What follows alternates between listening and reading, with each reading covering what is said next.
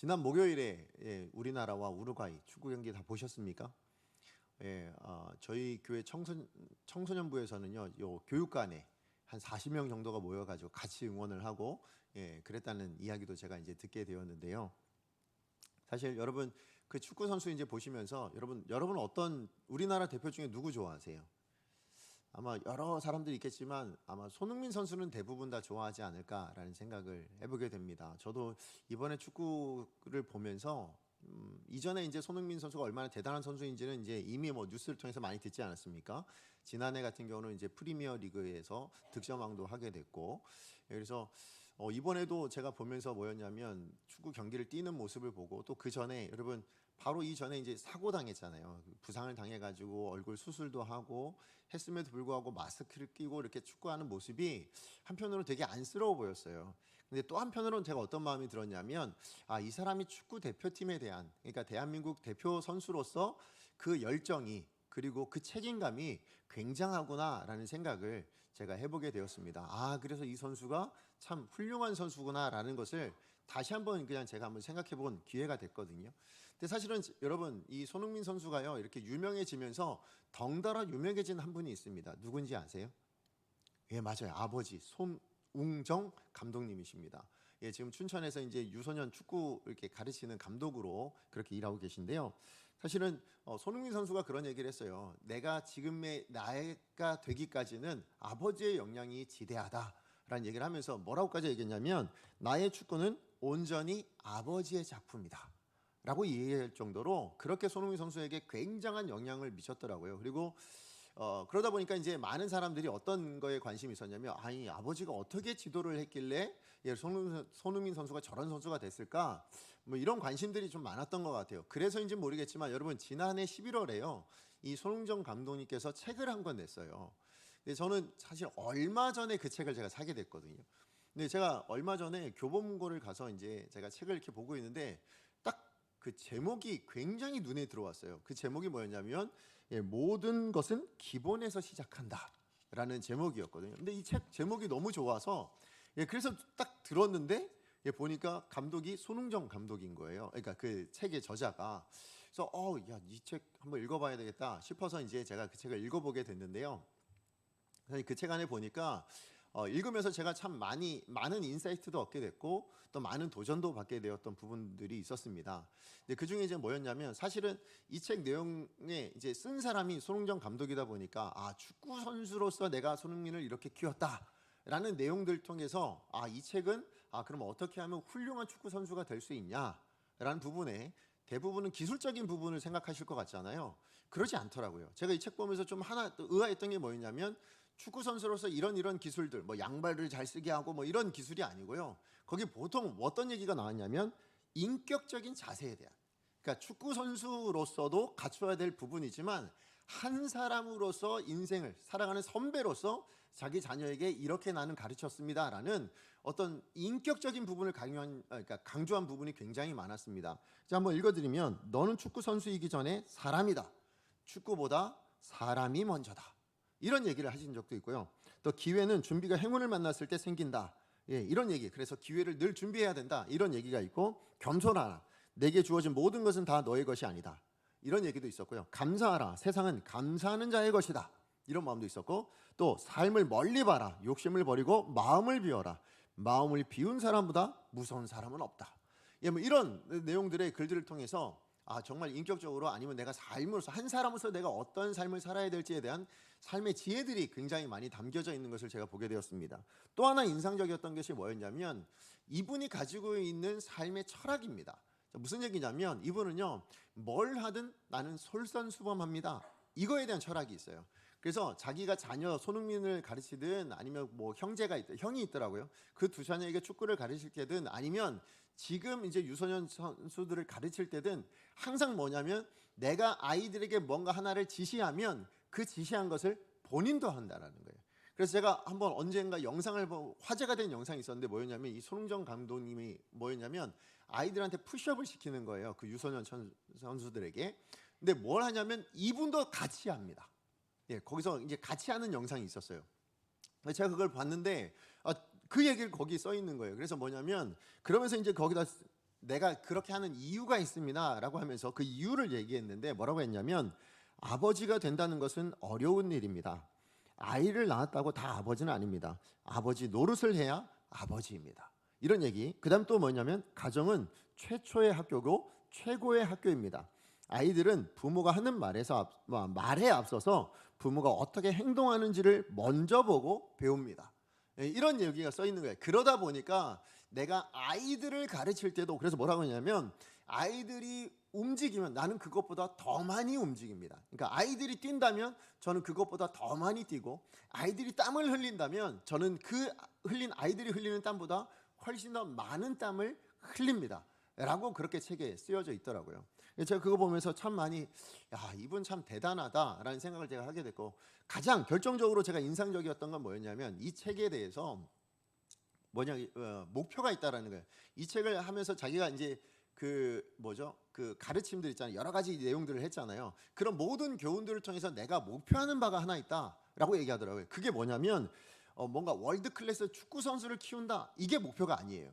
이분의 목표는 뭐냐면 한 사람으로서 행복한 사람이 되는 거.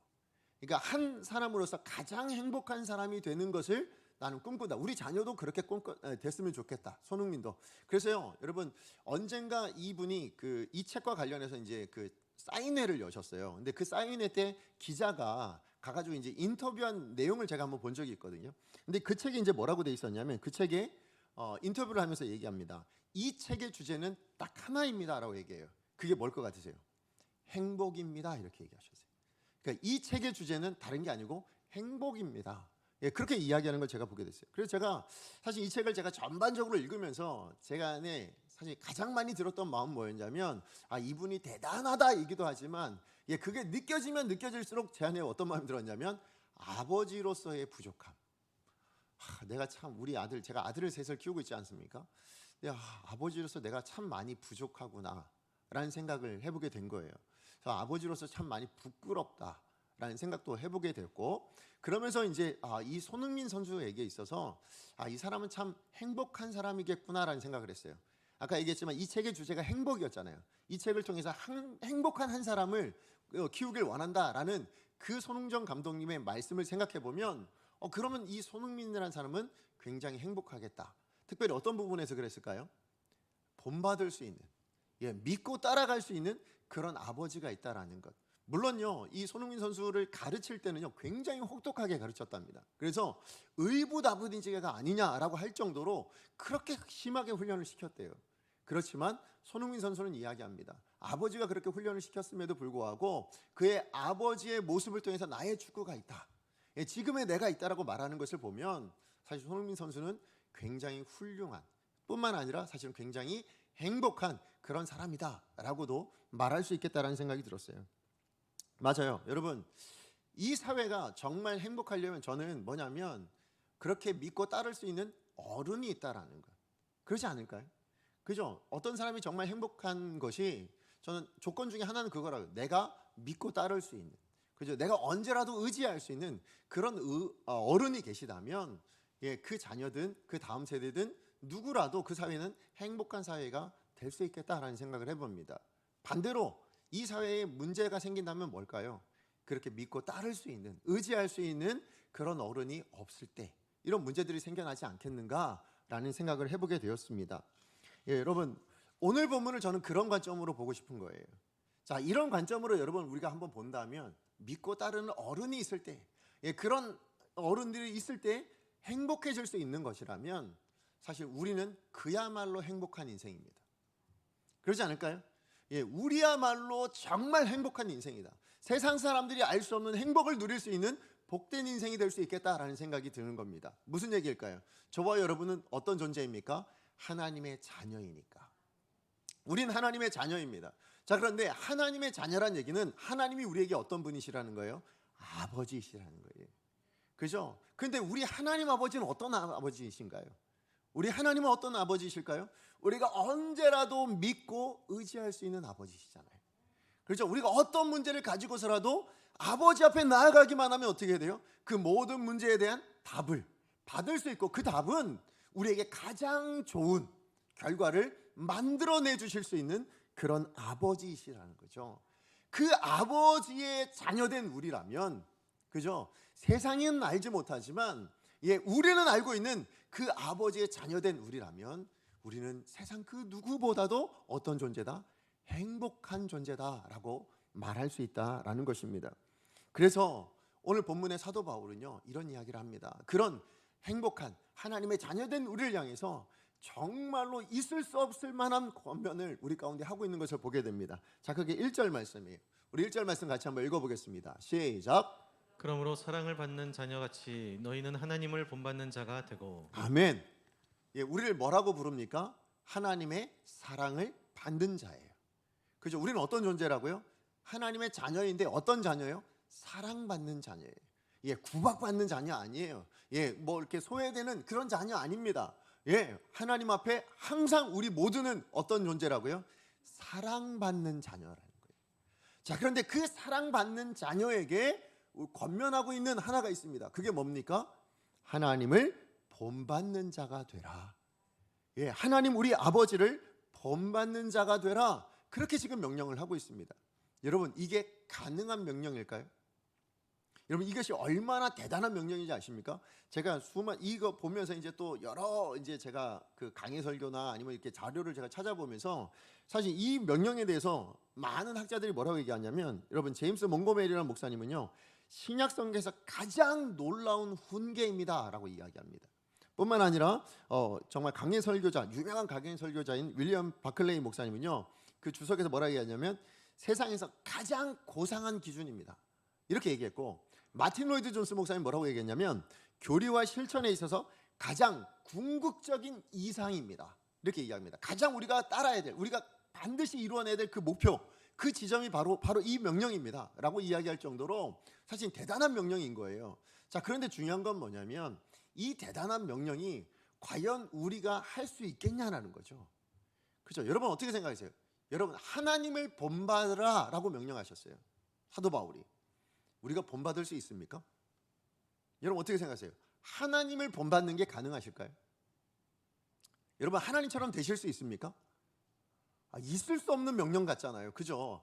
아니, 어떻게 우리가 하나님을 본받는 자가 될 수 있느냐, 우리가 어떻게 하나님을 따라 살아갈 수 있느냐, 이런 생각을 할 수 있다라는 거예요. 근데 어떻게 사도 바울은 그 얘기를 하고 있느냐? 그럼 왜, 무엇 때문에 하고 있습니까? 다른 게 있어요. 조건이 있다라는 거예요. 무슨 조건입니까? 사랑받는 자녀면, 그죠? 하나님의 자녀라면 하나님을 본받는 삶은 가능하다라고 말하고 있는 거예요.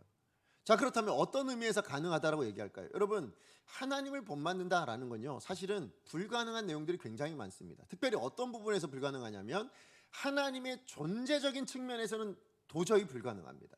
왜냐하면 일단 차원이 달라요. 하나님은 뭐예요? 유한하신 분이 아니시거든요.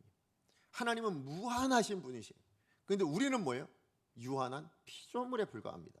자, 그러다 보니까 하나님이 가지고 있는 존재적인 특징이 뭐냐? 여러분, 뭐예요? 하나님 영원하신 분이시잖아요. 그걸 우리가 본받을 수 있습니까? 없어요. 여러분, 하나님은 자존하신, 스스로 계신 분이세요. 우리가 그럴 수 있나요? 없습니다. 하나님은 전지하신 분이세요. 무엇이든 다 하세요. 우리가 그럴 수 있나요? 본받을 수 없어요. 하나님은 전능하신 분이십니다. 여러분, 우리는 그걸 본받을 수 있나요? 없어요. 우리는 언제나 무엇이든 못하는 게 너무 많은 존재 아닙니까? 하나님 어디든 계신 분이십니다. 편재라고 얘기하거든요. 우리가 그걸 본받을 수 있나요? 없어요. 우리는 그런 것들에 대해서는 도저히 본받을 수가 없습니다. 다만 그러나 본받을 수 있는 것이 있습니다. 뭘까요? 하나님의 존재적인 특징은 우리가 본받을 수 없으나 하나님의 성품은 본받을 수 있다는 거예요. 하나님의 성품적인 특징에 대해서는 우리가 본받을 수 있습니다. 무슨 얘기냐면, 하나님은 어떤 분이세요? 하나님은 공의로우신 분이십니다. 하나님 지혜로우신 분이세요. 하나님 신실하시고 선하시고 사랑과 긍휼이 풍성하시고 용서하기를 어떻게 해요? 자기 아들을 내어주시기까지 용서하셨던 분이 바로 그 하나님이세요. 자, 이 하나님의 성품은 우리도 어떻게 할 수 있는 거예요? 본받을 수 있다라는 거예요. 맞아요. 우리는 하나님의 이러한 성품을 본받아 갔습니다. 왜요? 우리가 어떻게 이런 성품을 본받아 갈 수 있을까요? 조건은 단 하나입니다. 뭡니까? 우리가 하나님의 자녀이니까입니다. 우리가 하나님의 자녀 되었기 때문입니다. 그러면 자녀는 어떻게 부모를 닮아갈 수 있느냐? 이유가 뭘까요? 어떻게 우리 자녀들은 다 부모를 닮을까요? 이유는 두 가지입니다. 첫 번째 이유는 뭘까요? 유전적으로 닮을 수밖에 없어요. 그렇잖아요. 제 아들은 저를 닮았지 옆집 아저씨를 닮을 수가 없습니다. 그죠? 제 아들은 저를 닮았습니다. 저희 아내를 닮았습니다. 왜요? 유전적으로 저의 핏줄을 타고 태어났기 때문에 제 아들은 다 저 닮았어요. 여러분의 자녀도 다 여러분 닮았잖아요. 그죠? 저 옆집 아니면 다른 세계 어떤 사람 닮았어요? 그러지 않습니다. 다 저를 닮아 있어요. 부모를 닮아 있습니다. 왜요? 유전적으로 그럴 수밖에 없다라는 거예요. 자, 그렇다면 우리는 어떤 존재입니까? 우리도 유전적으로 하나님을 닮은 존재입니다. 어떻게 알 수 있습니까? 성경이 우리를 뭐라고 얘기하냐면 하나님의 형상으로 지음받은 자라고 얘기하시거든요. 우리는 죄로 말미암아서 그 모든 형상을 잃어버렸지만 구원받은 이후에 뭐예요? 그 형상이 회복되어진 존재입니다. 그렇기 때문에 우리는 하나님을 닮은 존재인 거예요. 닮을 수밖에 없는 존재라는 것입니다. 그게 하나님의 자녀됨이에요. 두 번째는 뭘까요? 왜 자녀가 부모를 닮아갈까요? 여러분, 모양만 닮는 게 아니잖아요. 뭐도 닮아갑니까? 언어나 행동도 닮아가잖아요. 이유는 뭐예요? 같이 사니까예요. 그렇죠? 부모와 자녀가 함께 살다 보니까 뭡니까? 여러분, 부부도 마찬가지 아닙니까? 함께 살아가다 보니까 음식 맛도 닮아가고 하는 행동도 닮아가고 언어도 닮아갑니다. 그렇게 닮아가는 것이 부모고 가족입니다. 그러니까 자녀가 부모를 닮을 수밖에 없는 이유는 함께 지내기 때문이에요. 그런데 오늘 한번 여러분 생각해 보세요. 성령님이 여러분 안에 계십니다. 그죠? 하나님이 여러분과 언제나 동행하여 주시는, 여러분은 하나님의 그런 자녀이십니다. 하나님이 아버지 되어 주신 존재입니다. 그렇기 때문에 우리는 뭐예요? 다 하나님을 닮을 수밖에 없는, 그러니까 자녀라면 누구나 닮을 수밖에 없는 존재다라는 것을 알 수 있다라는 것입니다. 자, 그런 의미에서 여러분께 한번 여쭤봅니다. 여러분 하나님의 자녀로 부르심을 받았습니다. 맞으세요? 여기 아니신 분 계십니까? 없습니다. 여러분 하나님의 자녀 맞지요? 맞아요. 우리는 다 하나님의 자녀입니다. 자, 그렇다면 그 자녀됨을 무엇으로 증거하시겠냐는 거예요. 무엇으로 증거하시겠습니까? 무엇으로 나타내시겠습니까? 무엇으로 여러분이 하나님의 자녀라는 것을 세상 사람들로부터 알 수 있도록, 아니 여러분의 자녀들에게, 다른 어떤 사람들에게, 여러분을 보고 있는 어떤 분에게 여러분이 하나님의 자녀라는 것을 뭘로 증명하시겠냐는 거예요. 그래서 오늘 사도 바울은 바로 이런 의미에서 두 가지를 권면해 준다고 저는 생각합니다. 오늘 본문을 통해서요, 저는 하나님의 자녀됨에 대한 증거, 자녀라면 어떻게 살아야 되는가, 이걸 통해서 하나님의 자녀됨을 드러낼 수 있어야 된다고 저는 생각해요. 자, 그 첫 번째입니다. 자, 오늘 본문을 통해서 하나님의 자녀에게 요구되어지는 자녀됨의 특징, 첫 번째는 뭐냐면요, 하나님의 영향력 밖으로 떠나지 않는 거예요. 다른 말로 얘기하면 뭡니까? 하나님의 영향력 안에 있는 인생이 되어야 된다라는 것입니다. 사실 오늘 본문에 있는 이 1절 2절은요 앞서 나오는 4장에 있는 이야기의 결론부에 해당합니다. 아니 4장으로 보통 끝났으니까 4장에서 끝나고 이제 5장부터 새로 시작할 것 같잖아요. 근데 저도 이게 강의 설교를 보니까요, 그 자료들을 이렇게 쫙 찾아다 보니까 대부분의 이제 학자들이 뭐라고 얘기하냐면 2절까지가 마무리라는 거예요. 그리고 이제 3절부터 새롭게 단락이 시작되어진다, 그렇게 이야기를 하시더라고요. 저도 그게 이해가 됐어요. 뭐냐면 저도 이제 설교 준비를 하면서 그래 맞네 라는 생각을 제가 하게 된 게, 여러분 그러면 앞서 이야기하고 있는 4장의 주제가 뭐겠습니까? 여러분 4장의 주제가 뭘까요? 옛사람을 벗어버리고 새 사람을 입으세요, 이 이야기였어요. 자, 그런데 그렇다면 옛사람을 벗어버린다라는 게 뭐냐? 여러분 옛사람의 특징이 뭘까요? 옛사람의 특징이 뭘까요?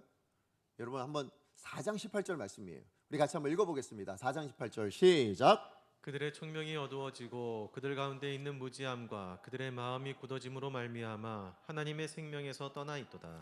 옛사람의 특징은 뭐냐? 두드러진 특징은 딱 하나입니다. 뭐예요? 하나님과의 관계의 단절이에요.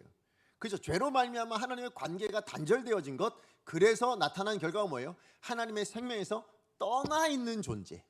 그렇죠? 하나님의 생명에서 떨어져 있는 존재가 되어진 것이 바로 옛사람의 특징이란 말이에요. 그러다 보니까 뭐예요? 하나님의 생명의 영향력이 나타나지 않아요. 뭐가 나타납니까? 오히려 거짓압이 되어지는 사단의, 세상의 어떤 죄악된 영향력들 가운데 살아내는 것이 우리들의 모습이었어요. 옛사람의 모습이었다라는 것입니다. 자, 그렇다면 새 사람의 특징은 뭐라고 말할 수 있는 거예요? 그렇게 떠나 있었던 그 생명으로 뭐예요? 돌아오는 거죠. 그죠? 그 떠나 있었던 생명 안으로 들어오는 삶이 바로 새 사람의 삶의 특징이다라고 말할 수 있다라는 것입니다.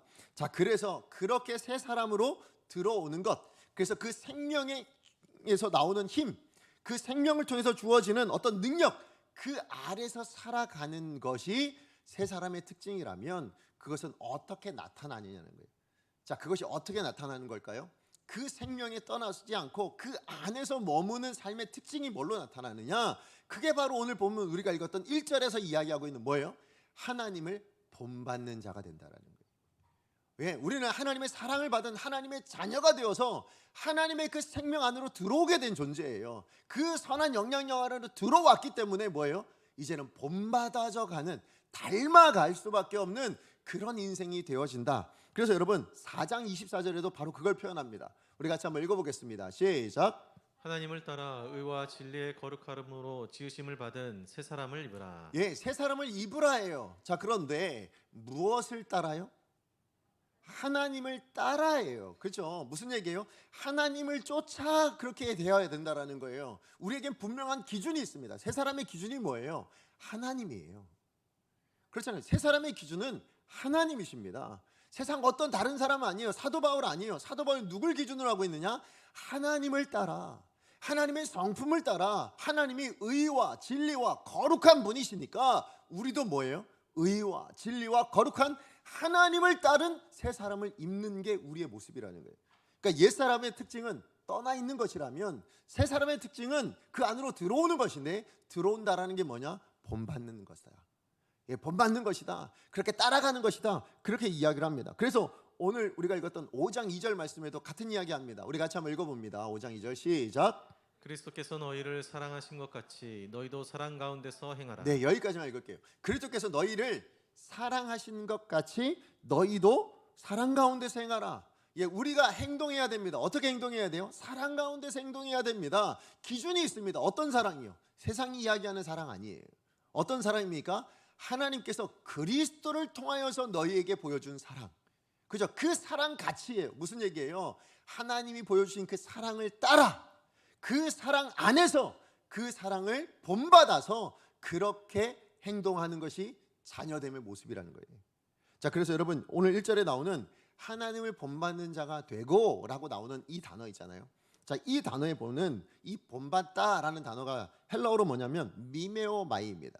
자, 근데 이 미메오마이라는 말이 뜻이 뭐냐면 모방하다, 본을 뜨다, 뒤따르다, 이런 의미가 있습니다.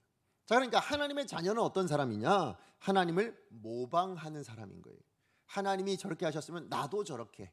우리 어렸을 때 애기들 그렇잖아요. 엄마가 입술에 뭐 바르면 뭐예요? 애기도 같이 바르고 싶고, 예, 엄마가 뭐 이거 뭐죠? 아빠가 구두 신는 거 보면 나도 좀 신고 싶고, 예, 그렇게 되게 우스꽝스럽고 예쁘잖아요. 근데 그런 모습들이, 예, 그게 자녀됨의 특징이라는 것입니다. 하나님을 모방하는 것 뿐만 아니라 뭐라고 해야 합니까? 하나님의 본을 뜨는 사람. 왜? 여러분 붕어빵 요즘 이제 계절이 돌아오잖아요. 예, 붕어빵은요 아무리 다양한 반죽을 넣어서 넣는다 할지라도 일단 딱 하면 뭐예요? 붕어빵 모양이에요. 여러분 국화빵을 만약에 한다, 아무리 다양한 반죽을 집어넣어도 뭐예요? 찍어내면 국화빵 모양이에요. 여러분 하나님의 자녀는 다 찍어내면 뭐가 나와야 돼요? 하나님이 드러나야 된다는 거예요. 하나님의 모양이 나타나야 된다는 거예요. 하나님의 본을 따르는 자가 하나님의 자녀다. 그리고 하나님이 걸어가신 그 길 뒤따라가는 자가 뭐라고요? 하나님의 자녀됨의 모습, 하나님의 본받는 자의 모습, 예, 그 모습, 하나님의 생명력 안에 그 영향력 아래 있는 자가 그것이 나타나게 된다는 거예요. 여러분 그래서 여러분 포도나무와 가지 비유 아시잖아요. 여러분 포도나무에 붙어있는 가지는 열매를 맺으면 어떤 열매를 맺어요? 포도나무라는 특징이 드러나는 열매를 맺습니다. 그게 무슨 뭐죠? 그 뭐 요즘 샤인머스켓이 나오든 아니면 또 무슨 포도가 있을까요? 뭐 여러 포도가 있잖아요. 예, 그러나 어쨌든 모양은 보면 딱 뭐라고 생각해요?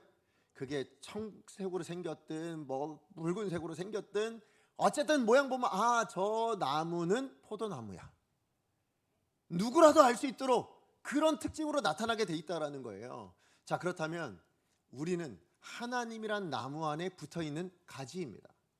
자, 그렇다면 우리가 맺어지는 열매는 뭐가 나타나야 됩니까? 예, 우리의 삶으로 맺어지는 열매는 누가 드러나야 됩니까? 아, 저 사람을 보니까 어떤 분이 누군지를 알겠다. 그 어떤 분이 누구예요? 하나님이 누구인지를 알겠다.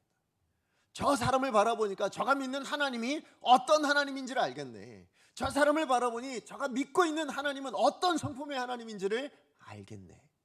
그걸 보여주는 것이 저희여야 된다라는 거예요. 저희가 누구니까? 하나님의 자녀니까. 하나님의 영향력 안에, 그 안에 거하는 존재이다 보니까 우리는 하나님을 드러낼 수밖에 없다. 그러므로 하나님의 자녀됨의 특징은 뭐예요? 하나님 안에서 떠나지 않는 인생이 돼야 돼요. 떠나지 않고 항상 뭐예요? 그 안에 머무는 인생이 돼야 된다는 거예요. 그래서 여러분, 이 안에 머무는 인생이 되어질 때, 사실 제가 첫째를 낳았을 때인지 둘째를 낳았을 때인지 잘 기억이 안 나는데요.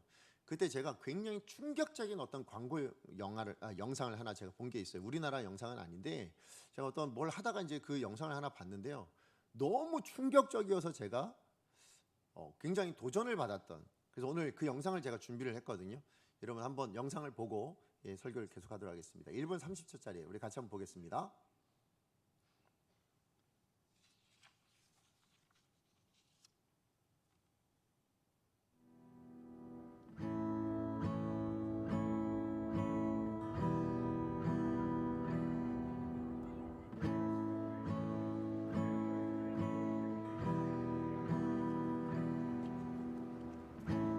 Looks like rain again today.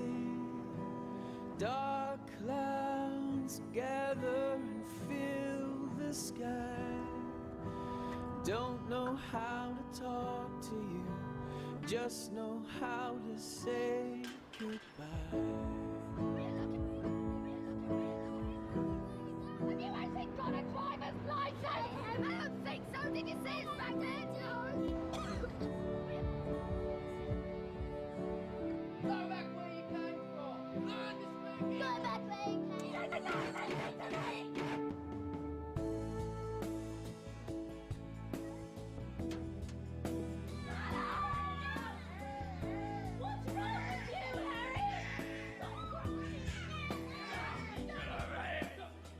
You don't want to speak. I've had enough of you. I've had enough of you.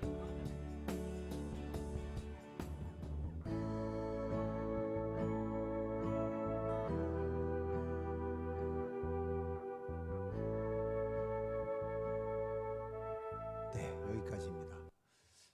제가 광고 영상, 호주의 무슨 공익 광고 영상이라고 하더라고요. 근데 제가 저 영상을 제가 첫째인지 둘째인지 어쨌든 태어나고 나서 제가 이제 아버지에 대한 책임감 뭐 이런 거 느끼고 있을 때 저 영상을 보는데요. 와, 내가 어떤 아버지가 돼야 되겠냐라는 고민을 굉장히 많이 하겠던 그런 영상이었습니다. 무슨 얘기일까요? 제가 우리 아들의 아빠잖아요, 그죠? 제가 저희 아들의 아빠인데 내가 어떤 모습을 보여주냐? 저 광고에 그 카피가 뭐냐면 Children see, Children do입니다. 자, 무슨 얘기일까요? 아이들은 본 것을 그대로 합니다. 이런 의미죠, 그죠? 아이들은 보고 아이들은 그것을 합니다. 이런 의미입니다. 그러니까 사실은 왜 그럴까요? 늘 같이 있으니까예요. 그러니까 보게 되니까 그것을 배워갈 수밖에 없다라는 거죠. 만약에 그 아버지가 선한 것을 보여줬다. 그래서 저 영상 보시면 맨 마지막에 나오는 영상이 뭐였냐? 앞부분은 다 부정적인 것만 보여줬잖아요.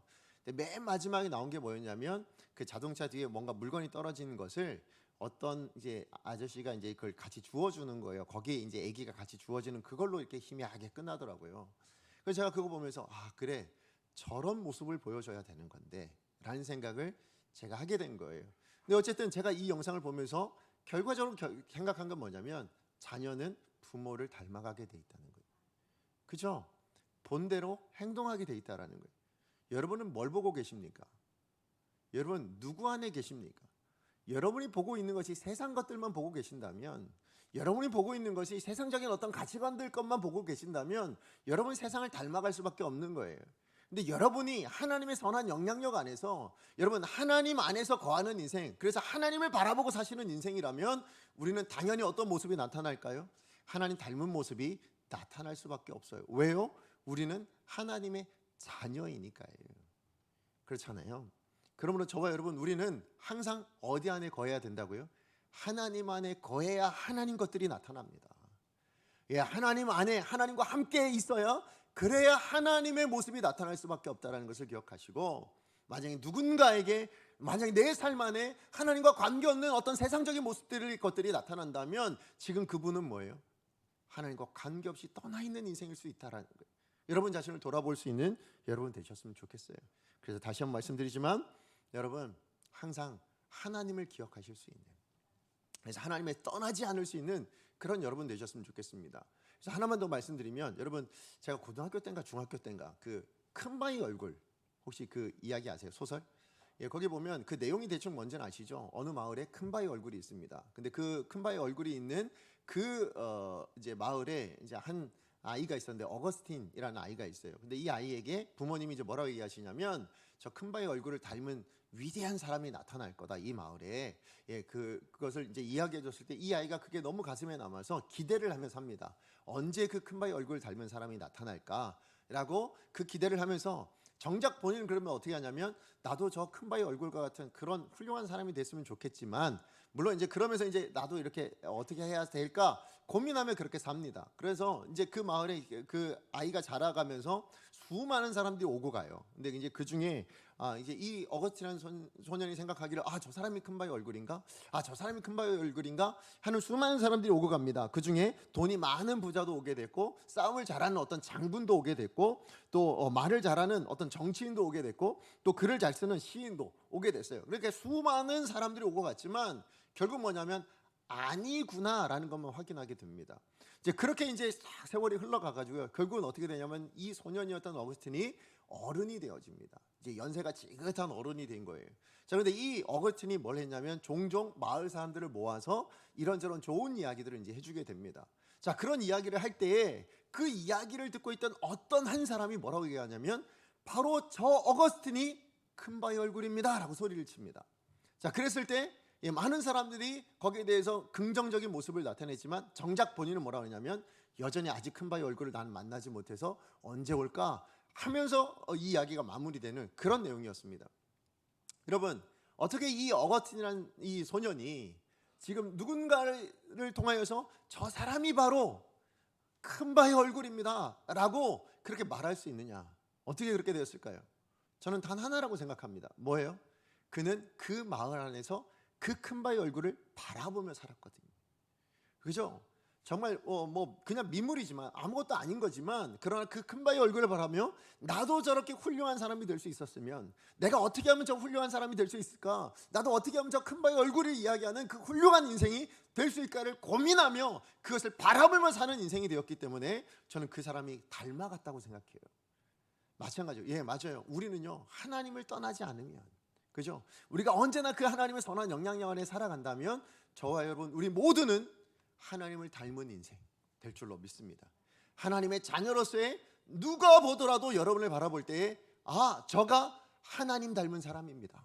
저 사람을 보십시오. 하나님 누군지 알고 싶으세요? 저분을 보십시오. 저분을 보면 하나님이 어떤 분인지를 알 수 있습니다를 증거할 수 있는 그런 인생이 될 줄로 믿습니다.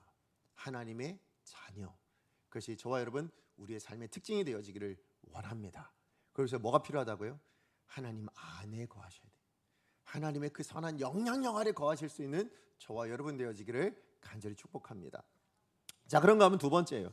하나님의 자녀에게 요구되어지는 삶의 특징 두 번째는 뭐냐면 하나님께 받은 그 영향력을 뭐예요? 누리는 인생도 중요하지만 뭐 하셔야 된다고요? 흘려보내는 인생이 돼야 된다는 거예요. 이게 진짜 축복이라는 것입니다. 우리 2절 말씀 같이 한번 읽어보겠습니다. 시작. 그리스도께서 너희를 사랑하신 것 같이 너희도 사랑 가운데서 행하라. 그는 우리를 위하여 자신을 버리사 향기로운 제물과 희생 제물로 하나님께 드리셨느니라. 아멘. 오늘 말씀에 보면 사도 바울이 지금 에베소 성도들에게 그리스도 안에서 너를 사랑하신 그 사랑을 받았다라고 이야기를 합니다. 그리고 그 받았으니 그것으로 만끽하고 누리면서 인생 살아라 라고 그렇게 말하지 않아요. 그죠? 충만하게 받아서 그거 만끽하면서 그걸 늘 맛보면서 그냥 그렇게 살아가라 여기로 끝내지 않는다라는 거예요. 뭘로 가야 된다고요? 그것을 행하는 인생이 되어야 된다고, 그것을 나누는 인생이 되어야 된다고 지금 그렇게 이야기를 하고 있는 것입니다. 이게 뭐예요? 진짜 하나님의 자녀된 인생의 특징이라는 것입니다. 자, 무슨 얘기냐? 여러분 저는 진짜로 받는 인생도 축복이겠지만 나누는 인생이야말로 진정한 의미에서 축복이 된다고 믿습니다. 제가 이걸 또 한번 생각하게 된 계기가 뭐냐면 제가 이제 2019년도에 성지순례를 갔어요. 이스라엘에. 여러분 이스라엘에 가면요 호수 두 개, 유명한 호수 두 개가 있습니다. 예, 보통은 다 바다라고 부르지만 아닙니다. 호수입니다. 예, 두 개가 연결되어 있는 호수가 있는데 그 이름이 뭔지 아시죠? 자, 그런데 그 중에 한 호수는 뭐냐면요, 그 호수는 모든 것이 다 풍성합니다. 그 안에 많은 물고기가 살아가고 많은 생물들이 막 그 새들도 살아가고 심지어 사람들도 거기에 모여서 그렇게 살아가는 정말 풍요로운 호수가 있습니다. 자, 그런가 하면 또 하나의 호수는요, 어떤 생물도 살아갈 수 없는 그야말로 죽음의 호수가 있습니다. 그런데 첫 번째 호수의 이름은 뭐냐면 갈릴리 호수고요. 두 번째 호수의 이름은 뭐예요? 사해라는 호수입니다. 자, 그러면 갈릴리 호수는 어떻게 그렇게 풍성해질 수 있었냐? 여러분 가장 중요한 거는 받았어요. 어디서 봤냐면 이스라엘의 꼭대기에 가시면 그 위쪽 뒤에 보시면 헐몬산이라는 데가 있어요.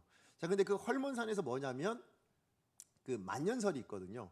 그 만년설이 녹아서 물이 항상 흘러내려옵니다. 그러니까 끊이지 않고 그 갈릴리 호수로 물이 공급이 돼요. 자, 그러니까 그렇게 공급되어지고 또 문제가 뭐냐면 그 요단강을 통해서요 그 물이 흘러내려갑니다. 그러니까 받기만 하는 것이 아니라 요단강을 통해서 또 그걸 흘려내려보내요. 자, 그러니까 뭐냐면 생명력 있는 물이 흘러와서 또 흘려내려보내니 그 고이지 않는 거예요. 자, 그러다 보니까 뭐가 돼요? 굉장히 살아있는 물, 그죠? 생명력이 있는 물이 되는 호수가 되었다라는 거예요. 자, 그런데 그 요단강을 따라 내려가다 보면 만나는 호수가 하나 있는데 그게 뭐예요? 사해라는 호수입니다. 자, 그런데 이 사해는요 받기만 합니다. 근데 어떤 물을 받아요? 생명력 있는 물을 받습니다. 그죠? 갈릴리 호수에서 내려오는 물이니까 살아있는 물일 거잖아요. 근데 그것을 받기만 하는 거예요. 받기만 하다 보니까 뭐가 됐을까요? 염분만 남아버린 거예요. 그래서 여러분 가보시면 사해 바다에 가시면요 아무리 수영을 못해도 모든 사람이 다 뜹니다. 기본적으로 뜹니다. 무게와 상관없이 뜹니다. 예, 모든 사람이 다 떠요. 저도 뜹니다. 그런데 여러분 거기서 뜰 때 눈은 뜨시면 안 됩니다. 큰일 납니다. 막 진짜 눈 너무 따가워요. 예, 한번 조금 들어가 봤는데 진짜 눈이 따가워가지고 어떻게 할 수가 없는 그런 상황이 됩니다. 예, 어쨌든 중요한 건 뭐냐? 그 사해는 죽은 호수라는 거예요. 어떤 생명도 살 수 없는 호수라는 거예요. 이유가 뭘까요? 받기만 해서 그렇다는 거예요. 저는 이게 오늘날 우리들 똑같다라는 거예요. 여러분 받기만 하는 인생, 갖기만 하기를 원하는 인생, 예, 그것은요 정말 살아있는 인생이 될 수 없어요. 진정한 의미에서 축복된 인생이 아니라는 것입니다. 정말 여러분의 신앙이 살아있고 정말 여러분 받은 은혜가 살아있길 원하신다면 뭐 하셔야 돼요? 받은 만큼 흘려보내셔야 돼요. 예, 받은 것을 나누어 줄 수 있는 인생이 되어야 된다라는 것입니다. 그럴 때 뭐예요? 그 받은 것이 또 다른 생명을 낳고요, 그 받은 은혜가 나누어질 때 또 다른 은혜를 낳게 되어진다라는 것입니다. 그래서 사도 바울도요 디모데에게 뭐라고 권면하느냐, 그의 영적인 아들 디모데에게 이렇게 이야기합니다. 디모데후서 2장 1절이에요. 우리 같이 한번 읽어보겠습니다. 시작. 내 아들아, 그러므로 너는 그리스도 예수 안에 있는 은혜 가운데서 강하고. 예, 지금 사도 바울은 뭘 얘기합니까? 은혜 가운데서 강해라. 은혜 받아서 정말 강한 인생이 되었으면 좋겠다. 그 은혜로 무엇이든지 감당할 수 있는 그런 강함을 가진 그런 인생이 되었으면 좋겠다. 여러분 저도 바라고 정말 소원합니다. 오늘 예배드리는 여러분, 우리 강석의 모든 성도님들 은혜 가운데 강하시길 축복합니다. 여러분 정말 은혜로 말미암아, 하나님 베푸신 그 은혜로 말미암아 강한 성도가 되어지길, 그 어떤 문제도 감당해내실 수 있는 그런 인생 되기를 축복합니다. 자, 그런데 그것으로 끝나서는 안 된다라는 거예요. 그렇게 강한 인생이 되셨어요? 그러면 그 강함은 나만 가져야 될 것이 아니다라고 얘기합니다. 이어서 2절로 넘어가야 된다는 거예요. 우리 2절 같이 한번 읽어보겠습니다. 시작. 또 내가 많은 증인 앞에서 내게 들은 바를 충성된 사람들에게 부탁하라. 그들이 또 다른 사람들을 가르칠 수 있으리라. 아멘. 뭐라고 얘기합니까? 내가 너에게 가르쳤어요. 그죠? 내가 너에게 내가 받은 은혜를 나누었습니다. 그게 디모데예요. 그러니까 그런데 그 디모데가 또 디모데에게 뭐라고 얘기합니까? 너도 받았으니 이제 뭐라고요? 전해야 된다라는 거예요. 은혜를 나눠야 된다라는 거예요. 그걸 가르쳐줘야 된다라는 거예요. 그러면 또 다른 역사가 일어난다는 겁니다. 어떤 역사요? 그 사람이 또 다른 누군가에게 뭐예요? 그 은혜를 나누어 준다라는 거예요. 그러니까 은혜는 뭐 해야 돼요? 그렇게 나누어 흘러가야 된다라는 거예요. 나만 가져서는 안 되고요, 내가 품어서 나로 끝나서는 안 된다라는 거예요. 하나님이 여러분에게 은혜 주셨다면 왜 주셨다고요? 여러분 나만 가지고 내 안에서 끝내라고 주신 것이 아니고 뭐 하라고요? 흘려보내라고요. 나누어 주라고요. 그래서 또 누군가가 은혜를 알고 그 은혜 안 사람이 또 누군가에게 은혜를 나누어 줄 수 있는 그런 인생이 되라고 그렇게 보내셨다라는 거예요. 그런데 그것을 가르칠 때 어떻게 가르쳐야 될까요? 오늘 여기 나오는 이 부탁하다라는 이 말이요, 헬라어로 뭐냐면 파라디도미입니다. 파라디도미. 자, 근데 그건 뭐냐, 합성어예요. 이 파라라는 것은 뭐냐면 곁에라는 뜻입니다. 누구누구와 함께라는 의미가 있어요. 자, 이게 파라입니다. 그럼 디도미는 뭐냐? 무엇을 하다라는 의미가 있습니다. 자, 그러니까 부탁하다라는 이 말에 담겨져 있는 헬라어 원어의 의미는 뭐냐면 곁에 두고 내가 무엇인가를 해서 보여주는 거예요. 예, 그러니까 그 당시에 우리 옛날에는 이렇게 우리 스승이 제자를 어떻게 가르쳤어요? 같이 살면서 보여주는 걸로 가르쳤잖아요. 그죠? 예, 맞아요. 바로 그 이야기가 이 헬라어 원어에 담겨져 있는 이야기입니다. 예, 그러니까 삶으로 보여줌으로 가르치는 것을 해라. 은혜로 강해졌냐? 그러면 그 은혜로 강해지는 것을 네가 아는 충성된 사람들에게 보여주라는 거예요. 곁에 두고 그 보여주는 것을 통해서 그 사람이 또 누군가에게 그걸 나누어주는 인생이 될 것이다. 그걸 지금 이야기하고 있습니다. 예, 맞아요. 여러분, 우리 교회는 그런 교회가 되어지기를 축복합니다. 정말 여러분 강해지셨으면 좋겠어요. 은혜 가운데 강한 인생이 되십시오. 그리고 그 강한 것을 나만 가진 인생 되지 말고요. 여러분 곁에 보고 있는 수많은 사람들에게 뭐예요? 그것을 나누어 줄 수 있는, 예, 전해 줄 수 있는, 가르쳐 줄 수 있는 그런 인생이 되기를 축복합니다. 왜요? 그러면 또 다른 누군가를 뭐 할까요? 가르치는 인생. 또 다른 누군가에게 은혜를 흘려보내는, 은혜가 또 다른 은혜를 낳게 되는 복된 역사가 일어나게 될 것이기 때문입니다. 여러분, 제가 얼마 전에요, 예능을 보다가 이제 그 누구냐면 한 연예인을 제가 알게 돼요. 현이라는 연예인 아시죠?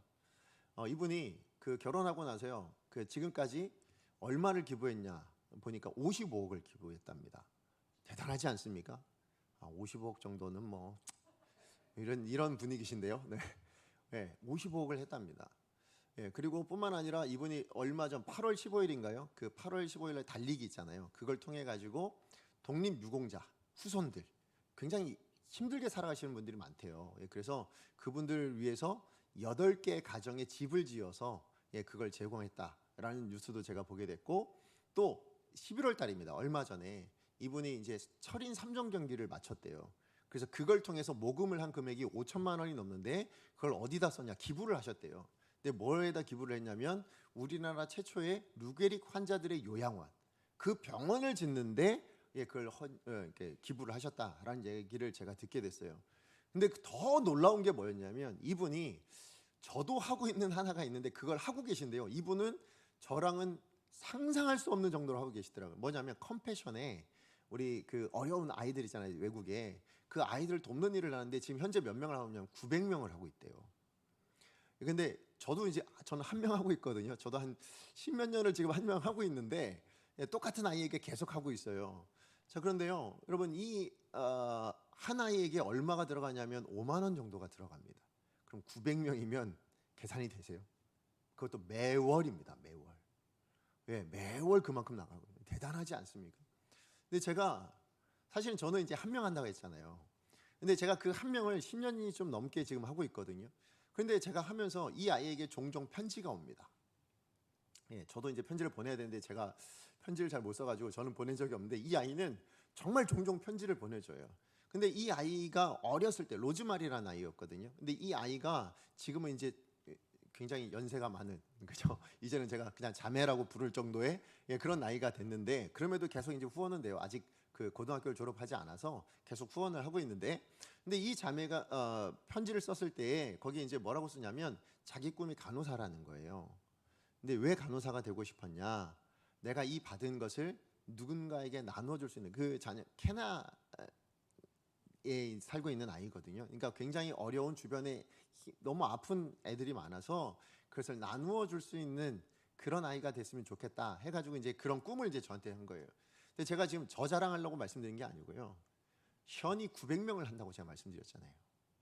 만약에 그 분이 후원하고 있는 그 900명의 아이가 똑같은 생각을 하고 있지 않을까요? 그죠? 내가 받았어요. 내가 받았으니 그 받은 것을 나도 누군가에게 나누어 줄 수 있는, 나도 누군가에게 베풀어 줄 수 있는 그런 사람이 되겠습니다라고 이 900명의 아이들이 그런 꿈을 꿀 거잖아요. 그 900명만 그럴까요? 아니요. 그렇게 도움을 받고 있는 모든 아이들이 그런 꿈을 꾸고, 그래서 그 아이들이 자란 세상이 되면 어떻게 될까요? 너무나도 귀한 세상이 되지 않을까요?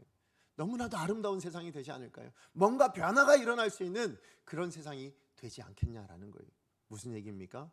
우리가 가지고 있는 것, 우리가 받은 거요, 나눌 때 뭐예요?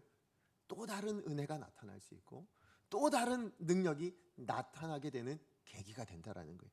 그러면 하나님의 사람은, 우리가 하나님의 자녀라면 특징이 있습니다. 뭐예요? 하나님께 사랑을 받는 거예요. 예, 그게 우리 특징이에요. 그런데 또 다른 특징이 하나 있는데 그게 뭐냐? 그 사랑을 나누더라. 그 사랑을 나만 가질 인생이 되지 않고 흘려보내는 인생이 되더라. 이게 하나님의 자녀의 특징이라는 것입니다. 그래서 저희 강성교회도 지난 우리 주에 감사 나눔 했잖아요. 너무 감사하게 정말 힘들고 어려운 때에 여러분 감사 나눔을 통해서요, 우리 이 효성동 지역에 60명의 우리 경비하시는 분들께 감하고 사과 박스를 만들었어요.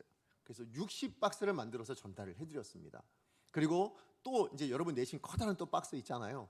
예, 그 박스를 또 60박스를 우리 인천 푸드뱅크에, 예, 그래서 거기에 이제 또 우리가 기부를 하게 됐습니다.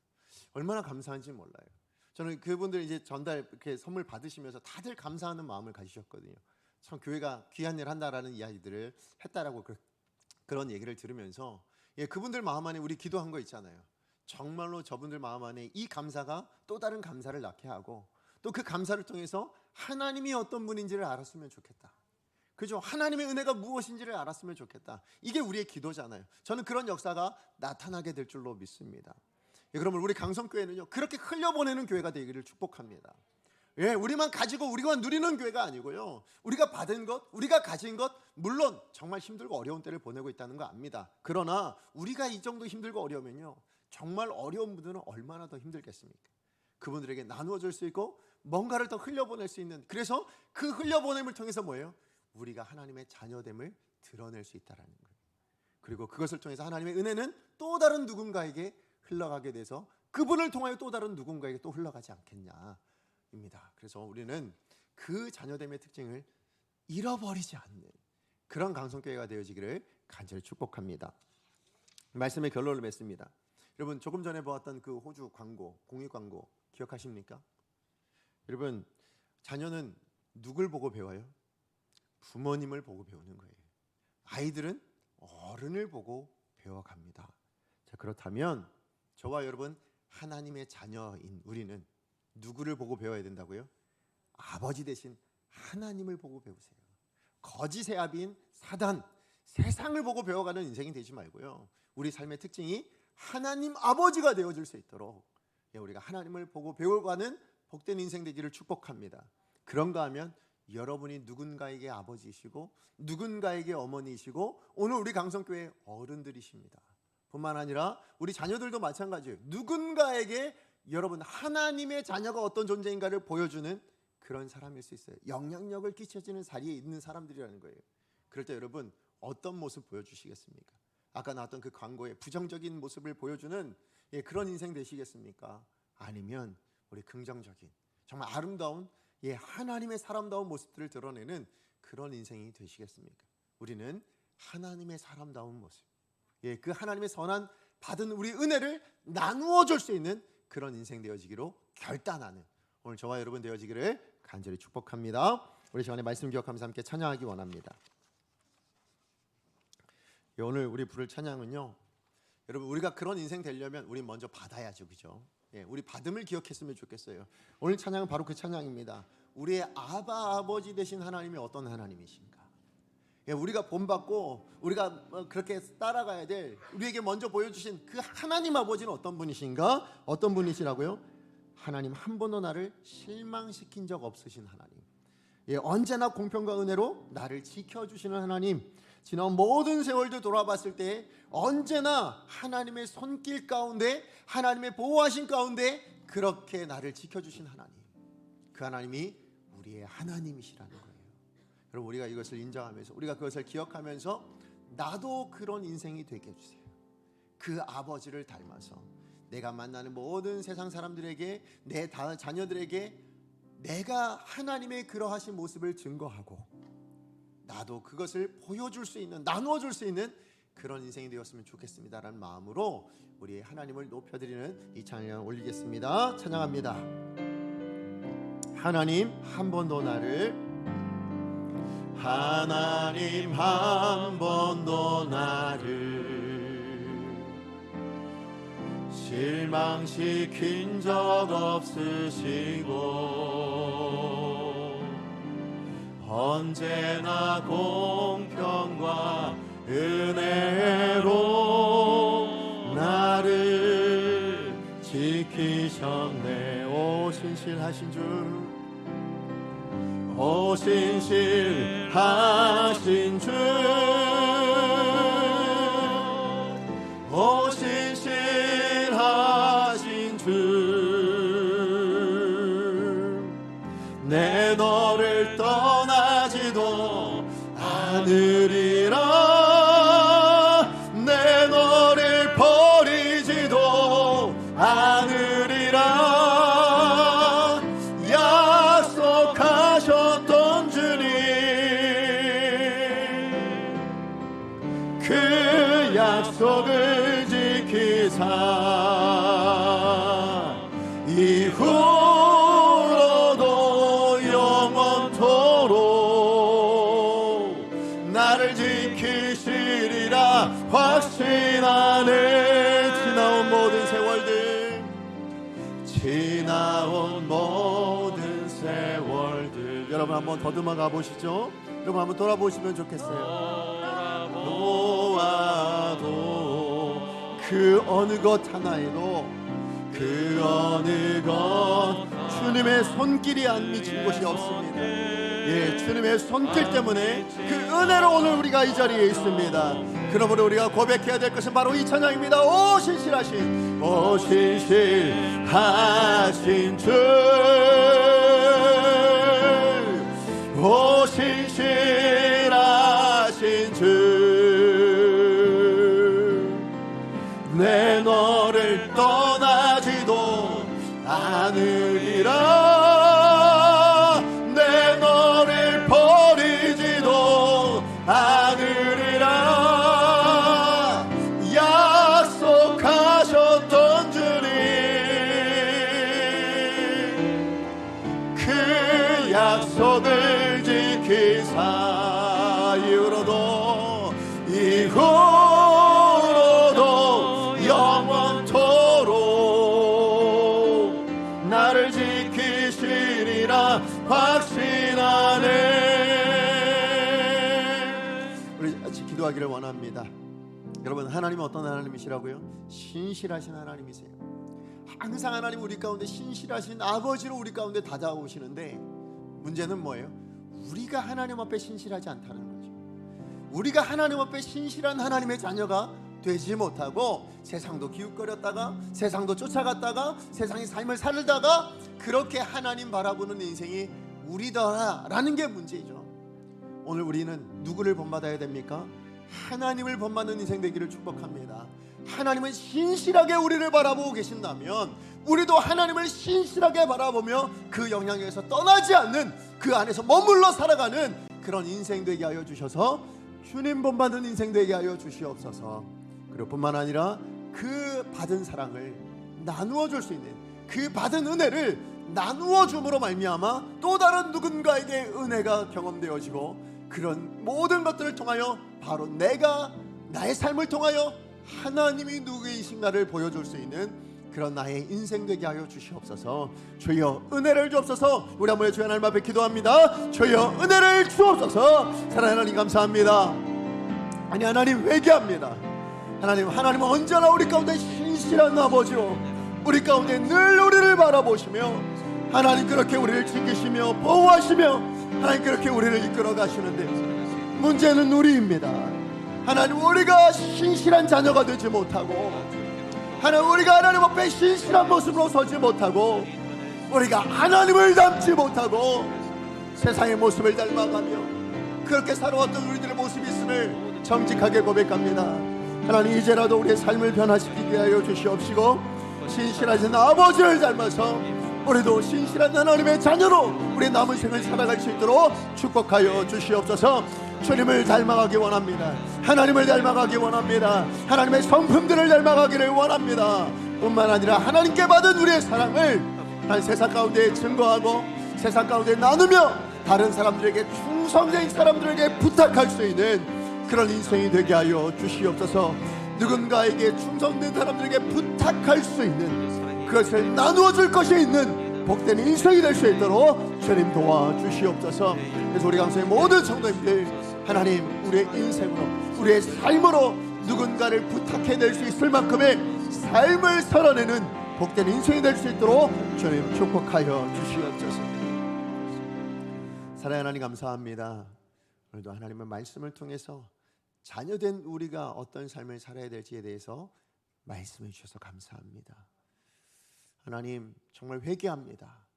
하나님 아버지는 언제나 신실한 아버지로 우리와 함께하여 주시는데 우리가 하나님 앞에서 신실하지 못해서 신실한 하나님의 자녀가 되지 못해서 세상도 바라보고 나 좋은 것만 바라보다 또 때로 어렵고 힘들 때 주님을 찾는 그런 연약한 모습이 많았던 것을 고백합니다. 오늘 주신 말씀을 기억하여 이제라도 내 남은 평생을 큰 바의 얼굴을 바라보며 살아갔던 그 어거스틴과 같이 하나님만 바라보고 하나님을 닮아갈 수 있는 그런 삶을 살아가기로 결단하는 우리 강성의 모든 성도님들 다 되게 하여 주시옵소서. 뿐만 아니라 누군가에게 부탁할 것이 있는 인생이 되게 하여 주시옵소서. 누군가에게 가르쳐 줄 수 있고 나누어 줄 것이 있는 인생이 되게 하여 주시옵소서.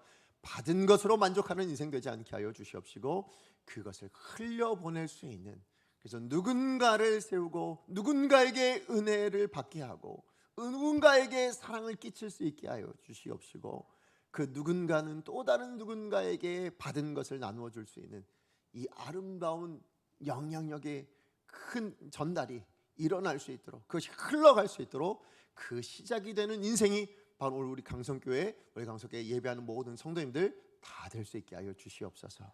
특별히 우리 부모님들, 하나님 우리 자녀들에게 무엇을 전해줘야 될지, 무엇을 보여줘야 될지를 고민하고 그것을 보여줄 수 있는, 정말 하나님의 것들을 보여줄 수 있는 귀한 믿음의 사람들 다 되게 하여 주시옵소서.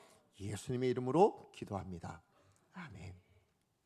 이제는 우리 주 예수 그리스도의 은혜와 하나님 아버지의 다음이 없는 사랑하심과 성령 하나님의 교통하심과 충만하신 역사하심이 오늘 주신 말씀을 기억하여 남은 평생을 신실하신 하나님 아버지의 자녀로서 하나님을 바라보며 그 선한 은혜의 영향력 아래 살아가기로 결단하며 또 그 받은 은혜와 사랑을 내가 가진 것으로 만족하지 않고 이제는 다른 사람에게 흘려보내며 선한 영향력들이 계속해서 흘러갈 수 있기를 기대하며 기도하며 그렇게 살기로 결단하는 우리 강속교회 모든 성도님들 머리 위에, 가정 위에, 사업장 위에, 그리고 우리 자녀들과 그들의 진로와 비전 위에, 그리고 지금도 열방을 향해 복음을 들고 나가는 모든 교회와 성도님들 머리 위에 이제부터 영원까지 함께 있을지어다.